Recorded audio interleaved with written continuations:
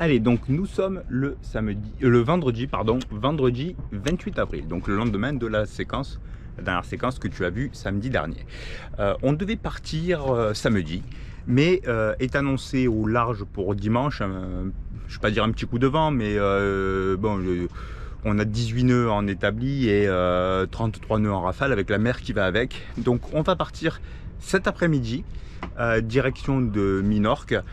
Voilà, pour essayer, si tu veux, de ménager un petit peu le gréement, toujours. Tu sais qu'il est vieux, donc voilà, je veux pas prendre ces 30 et quelques nœuds. Donc voilà, on va faire 2-3 petites courses en ville, des produits frais, et ensuite, donc, départ, cap à l'ouest. Bon, alors également, nous arrivons en fin de mois, donc le temps d'arriver à Minorque, nous serons le 30 avril, ce qui va permettre de tirer le bilan financier mensuel que je te mettrai à la fin de la vidéo. Soit je vais te mettre une séquence, soit je te mettrai dans le descriptif. Bon, globalement, une semaine passée en Sardaigne revient à la même chose que 3 semaines passées en Tunisie, si on enlève le côté voile, si tu veux, qui est une dépense exceptionnelle, voile et salerie. Voilà, en gros en Europe tu fais x3, x4 par rapport à ce que l'on a connu tarifairement en Tunisie.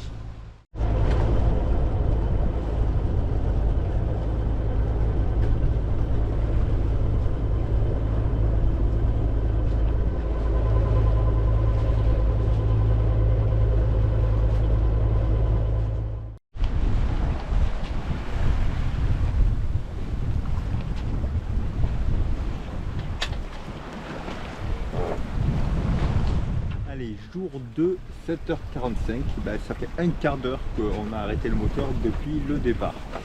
Donc très calme, vraiment du maximum, donc il y a 5 nœuds de vent. Après la houle s'est levée de sud-est, donc ça a un peu bougé et tu le vois, non tu le vois pas mais je te le dis, en moyenne depuis le départ, donc ça fait presque 20 heures que l'on est parti, la moyenne 4 nœuds et demi. Nous naviguons sous voile depuis 7h30 ce matin. Bon, tu vois, ça fait 24 heures que nous sommes partis. 24 heures, on a fait 110 nautiques à une moyenne de 4,6 nœuds. Malheureusement, 19 heures de moteur parce que pas du tout de vent.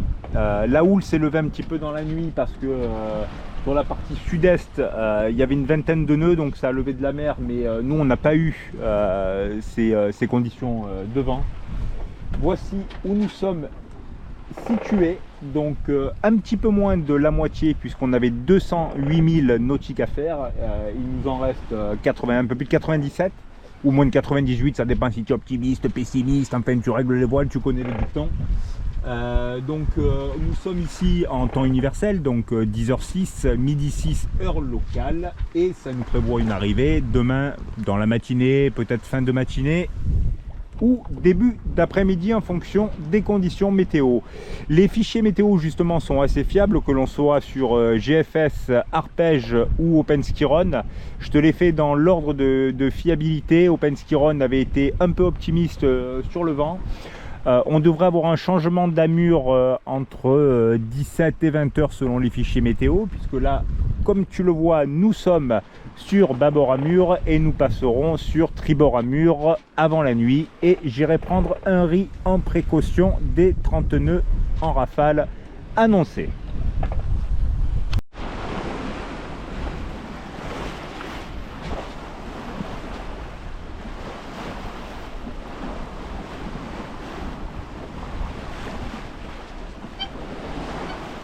Alors quand on part sur ce qu'on va appeler des courtes navigations au large, c'est-à-dire à peu près 200 à 300 nautiques, donc de nuit en mer, on s'organise un peu à la bonne franquette, quoi.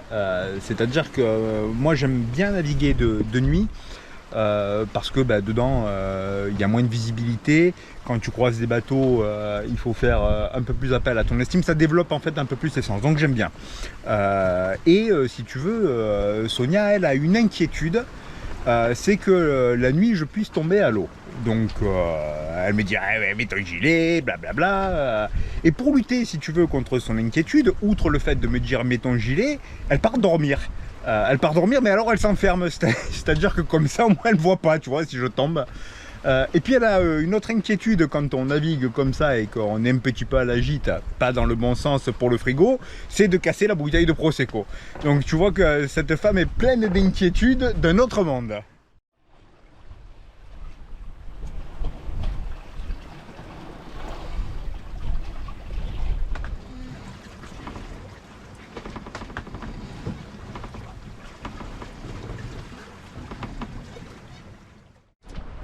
Allez, première reprise de la saison. Et ça m'a l'air d'être une dorade coryphène. Ben écoute, on en parlait. Je pense qu'elle n'est pas dégueu parce qu'elle n'est pas facile, tu vois, comme la canne plie. Elle n'est pas facile à remonter. J'ai même le moulinet qui coince un peu.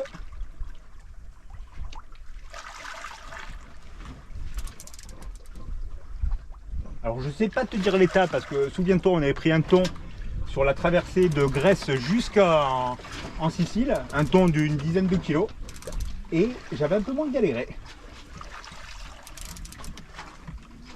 Elle a l'air de faire quand même sa dimension, hein, Pépette. T'as vu comment elle sautait?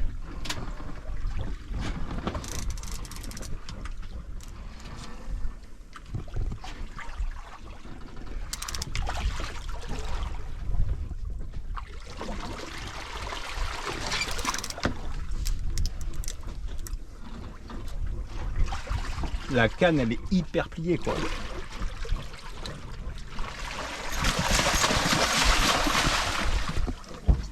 Toujours vivant.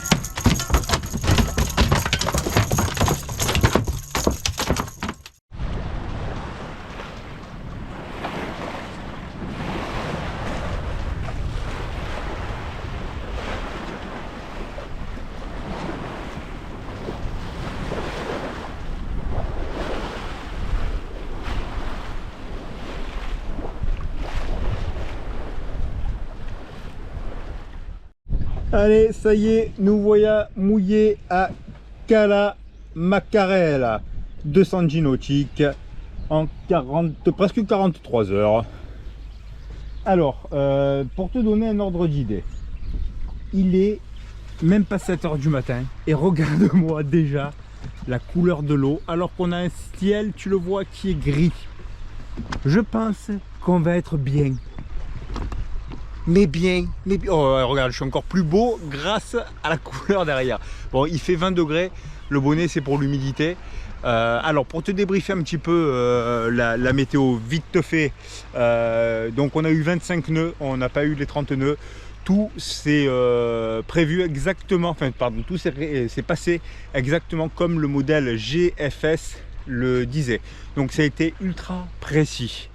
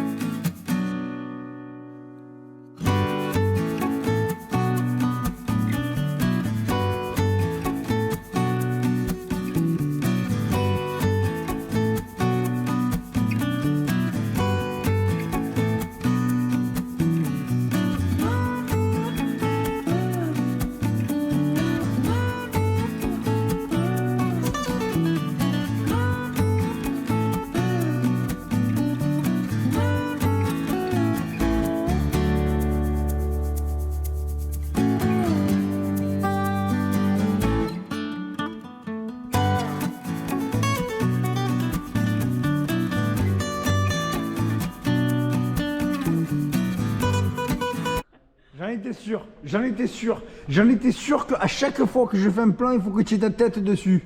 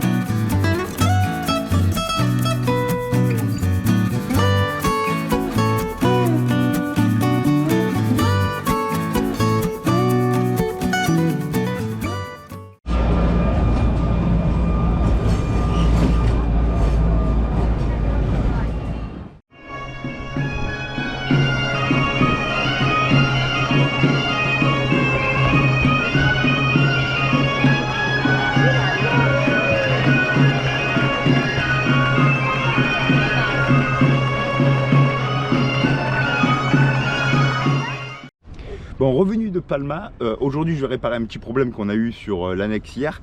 Donc le coupe-circuit, tu vois, qui s'est cassé. Alors je dis le coupe-circuit parce que Sonia elle se fout de ma gueule, elle me dit ouais tu dis le chichou et personne n'est jamais te comprend, hein, blablabla. Donc voilà, si tu veux je cherche le coupe-circuit, je m'occupais du coupe-circuit, tu vois.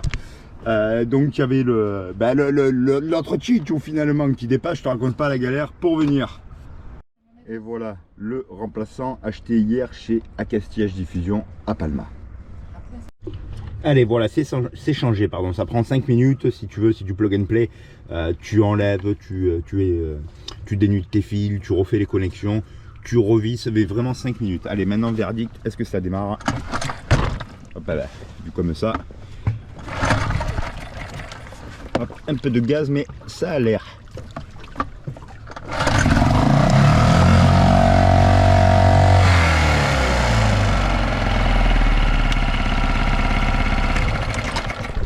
Allez, maintenant tu as l'habitude de cette petite phrase de fin. Si moi je peux le faire, n'importe quel abruti peut le faire. Allez, maintenant donc on continue la visite. On va partir au jardin qu'il y a sur Solaire. Et on t'embarque avec nous.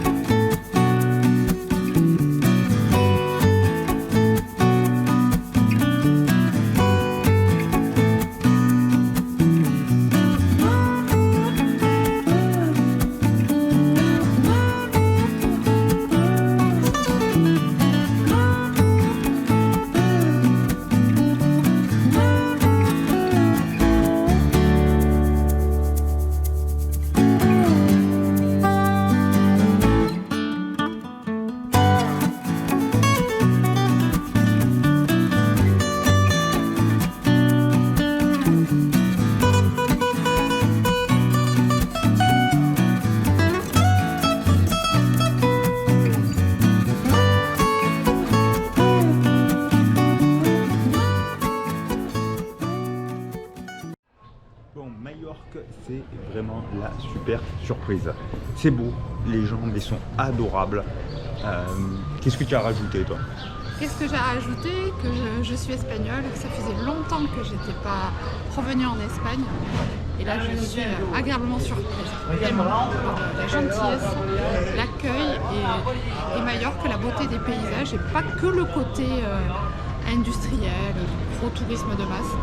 Il y a plein d'endroits très très charmants. Moi aussi, je suis sous le charme. Voilà, donc là, si tu veux, la vidéo va faire 3/4 d'heure une fois qu'elle a parlé. Mais voilà, ouais, donc ça c'est le côté pratique aussi, c'est-à-dire que comme elle a la nationalité espagnole et qu'elle parle espagnol, je te raconte pas, pour moi, c'est encore plus les vacances. Allez, à samedi prochain.